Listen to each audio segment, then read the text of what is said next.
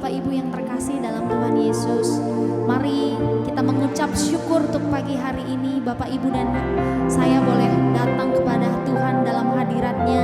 Itu semua karena kebaikan hati Tuhan. Mari sama-sama kita teduhkan hati kita. Tuhan Yesus, kami mengucap syukur untuk segala sesuatu yang ada dalam hidup kami Tuhan. Ajar kami Tuhan untuk melihat seperti Engkau melihat. Ajar kami untuk percaya seperti apa yang Kau janjikan dalam hidup kami. Sekalipun kami belum melihat apa yang kami inginkan, sekalipun kami belum melihat apa yang Tuhan janjikan dalam hidup kami dengan mata kami, tapi kami mau tetap memegang janji-Mu di dalam hati kami. Kami mau tetap percaya sekalipun mata kami belum melihat, karena kami mau menjadi orang-orang yang hidup dalam iman Tuhan. Sebab kami mau Tuhan, hidup kami bukan tergantung apa yang kami lihat, tapi kami mau tergantung kepada janji firman-Mu. Kami mau tetap pegang janji-Mu Tuhan. Kami mau tetap percaya Tuhan, bahwa segala sesuatu yang Tuhan izinkan terjadi dalam hidup kami bukan tanpa maksud dan tujuan, tapi kami percaya Tuhan Yesus bahwa Engkau akan membuat segala sesuatu menjadi indah pada waktunya Tuhan. Kami mengucap syukur kepada Tuhan Yesus. Biarlah pujian dari hati kami boleh mengalir Tuhan pagi hari ini. Ku sadar tak semua dapat aku miliki di dalam hidupku, hatiku percaya rancangan-Mu bagiku adalah yang terbaik. Walau ku tak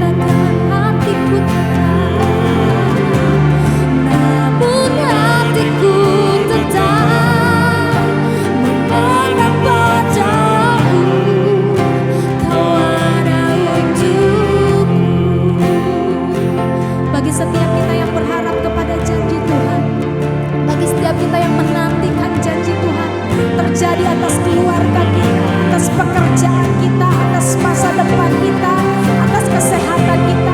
Hari ini kita mau tetap memandang kepada Tuhan, bukan kepada keadaan kita. Mari pandang kepada Dia, Dia yang sanggup memulihkan segala sesuatu.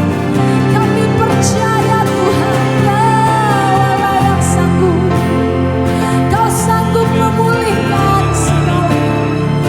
Hati kami mau tetap percaya padamu.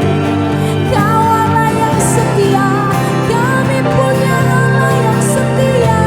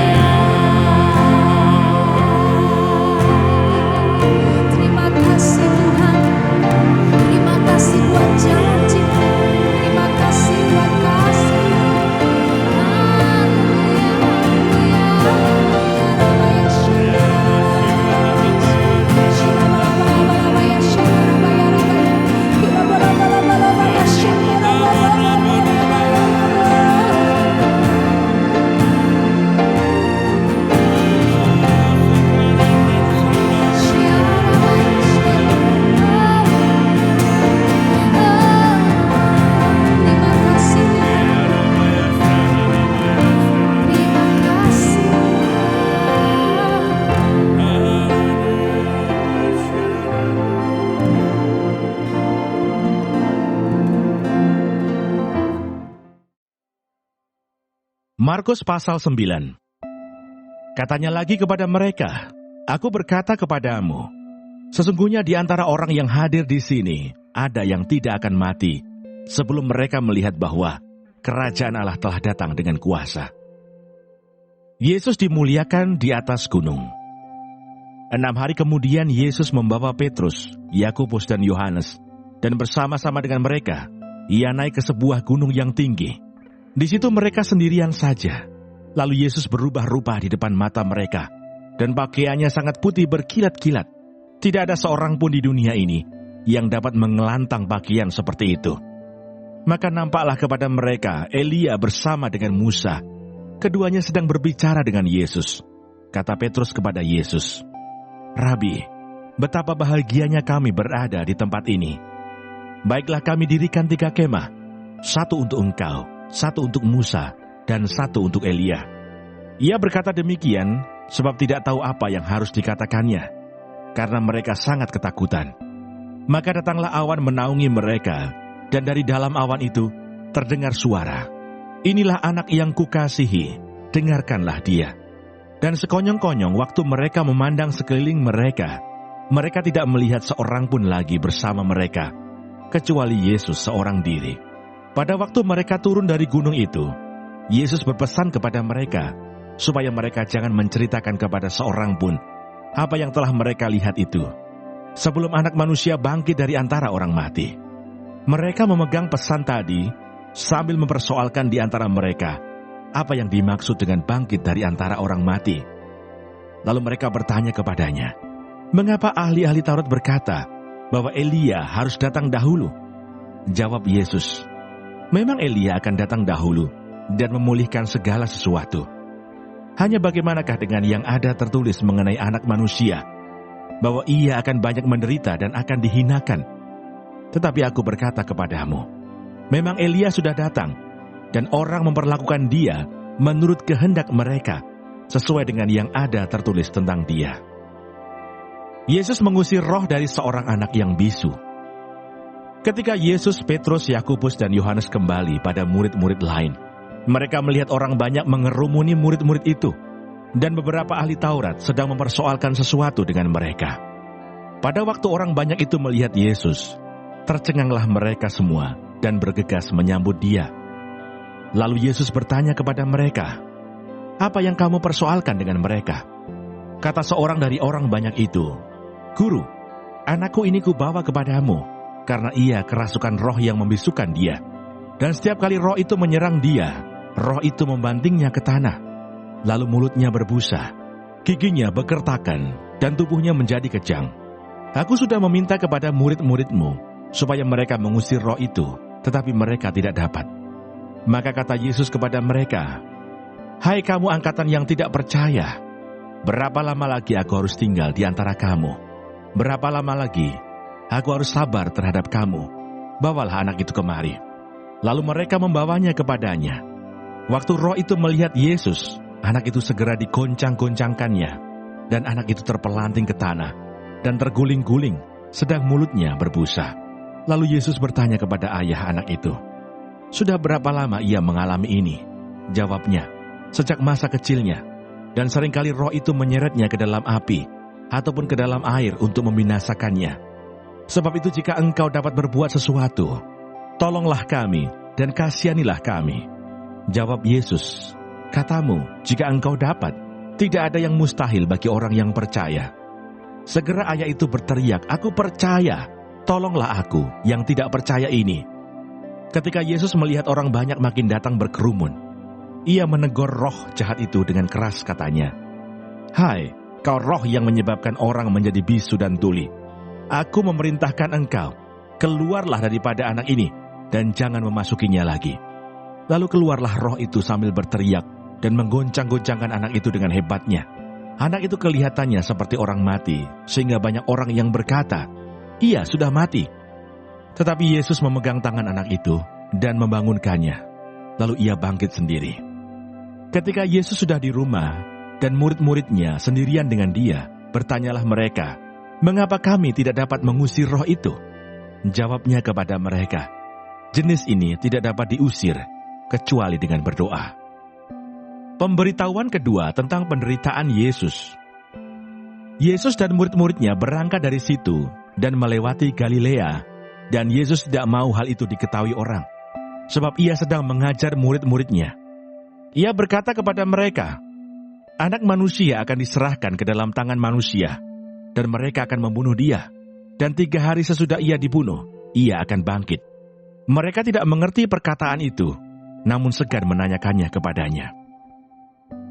Siapa yang terbesar di antara para murid?